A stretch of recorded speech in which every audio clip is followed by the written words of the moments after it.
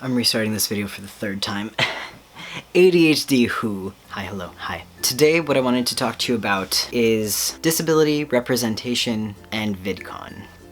So, no tea, no shade. No harm meant by this video. I'm merely bringing this up because if nobody talks about these things, they'll never change. So, here's the thing about disability representation that I have noticed as a whole on my trip. So I went to VidCon, as some of you may know, as a +1 to Chase, Chase was a featured creator at VidCon. So he took me with him and I had a full access pass and all that good stuff, and I went where he went.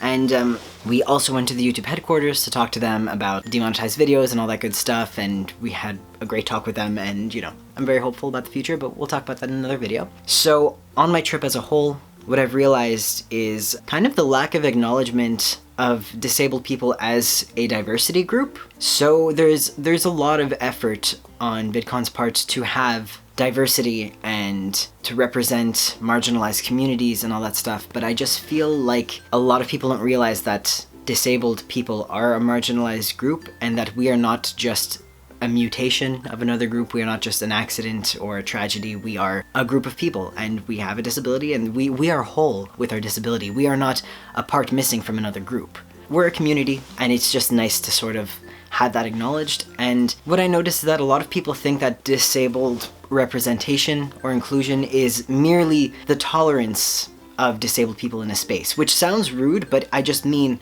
I feel like people just think if their space is relatively accessible, that's it, they're being inclusive, it's done, we've done it, we included disabled people. But there are a couple things about that. So firstly, there were some events at VidCon, I think thrown by YouTube, for marginalized groups, I suppose, minority groups. So there was one that was like the LGBT kickback, and then Black creators, and you know, some things like that. I'm not sure all of them. I did not go to all of them. I only went to the LGBT kickback. But there were none for, like, specifically geared toward disabled creators. And again, it's that we get to exist in these other groups, but there is no specific group addressing us. It's almost like, you know, it's as if they wouldn't have an LGBT group, let's say, but they had a group for Black creators and like First Nations creators and stuff like that, but they didn't have an LGBT one. But obviously LGBT people are welcome in these other spaces. It's great, but it's just nice to acknowledge LGBT people as their own group, as their own diversity group. And it would be nice as well to have disabled people represented as their own diversity group. And at VidCon itself, like their actual panels, I did notice, I think I saw 3 that dealt with disability, but they were very much geared toward physical disabilities, and there were none whatsoever geared toward neurodivergence. And neurodivergence is basically, you know, people who are on the autism spectrum or have ADHD or have OCD. Specifically, I, as an autistic creator, would have loved if there had been a panel about autistic creators and about our relationship with the internet and video making and how YouTube has affected us and socializing on YouTube, all that stuff. Just being a creator with autism and just having that representation, not only for us, but for other creators, for people coming to this convention, for them to be able to see themselves in creators. It would just be nice to have that representation, and I really felt that that was lacking. There was nothing about it. And surely there must have been other creators there, like myself, who were on the autism spectrum, but it's not being talked about.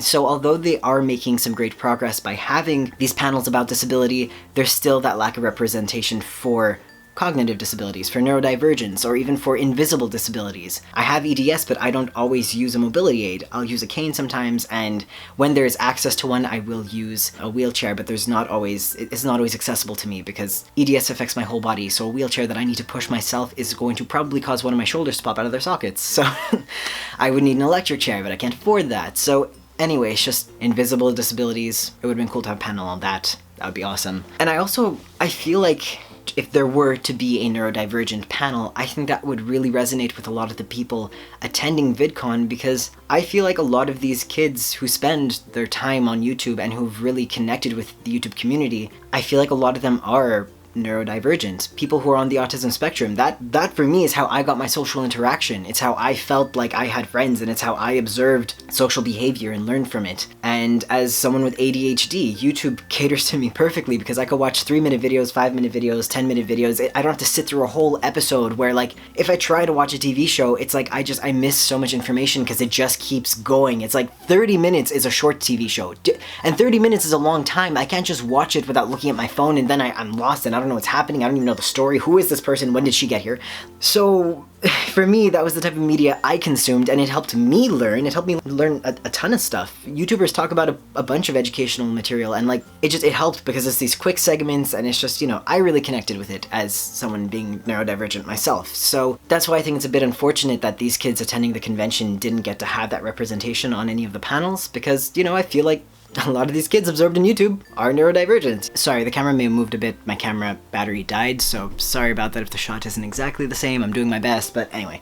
So yeah, it would have just been nice to have had a panel about neurodivergence, just to have a panel about autism. You know what? Like, I think autism is important enough to talk about on its own and show that we are capable of doing anything that any neurotypical person is able to do. We are able to make videos. We are able to be funny and creative and social. We are capable of doing these things. Like, I never see any autistic representation, and when I do, it is just such a stereotype, and like, it doesn't at all represent me as a person. So it's just, I know it seems sort of like, oh, well, we can't have a panel for every type of disability. No, I know you can't, but neurodivergence in general is quite inclusive of many cognitive disabilities, and again, I think it's so important, and it will probably resonate with so many people who are so into YouTube and go to these conventions, because this is our place. This is our home.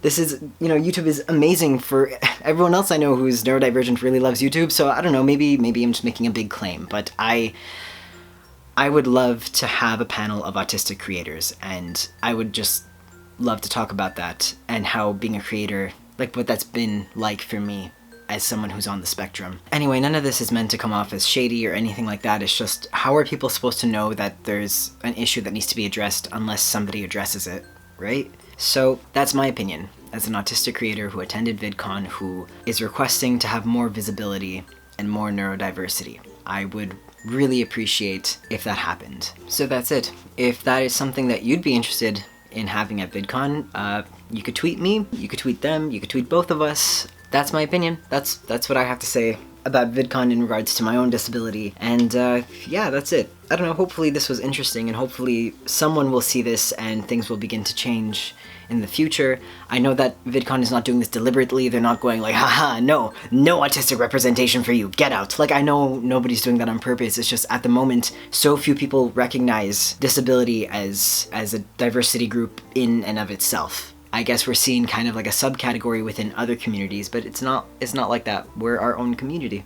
We're diverse, and our lives aren't just tragedies. Anyway, I have some other things to say about like interpreters and stuff like that, and anyway, maybe I'll cut that together from my other video. I filmed this twice before getting to this video. I still feel like I haven't adequately expressed my opinions about this, but it's alright. I'm very tired from traveling. I'm going to try to forgive myself. I know that no video that I make will ever be absolutely perfect, and that's fine. I'm still gonna put this out, and hopefully it's alright. Let me know what you think. Let me know if you have any questions, and that's it. I hope you take care, and I hope you're doing really well, and thank you so much for watching. Bye.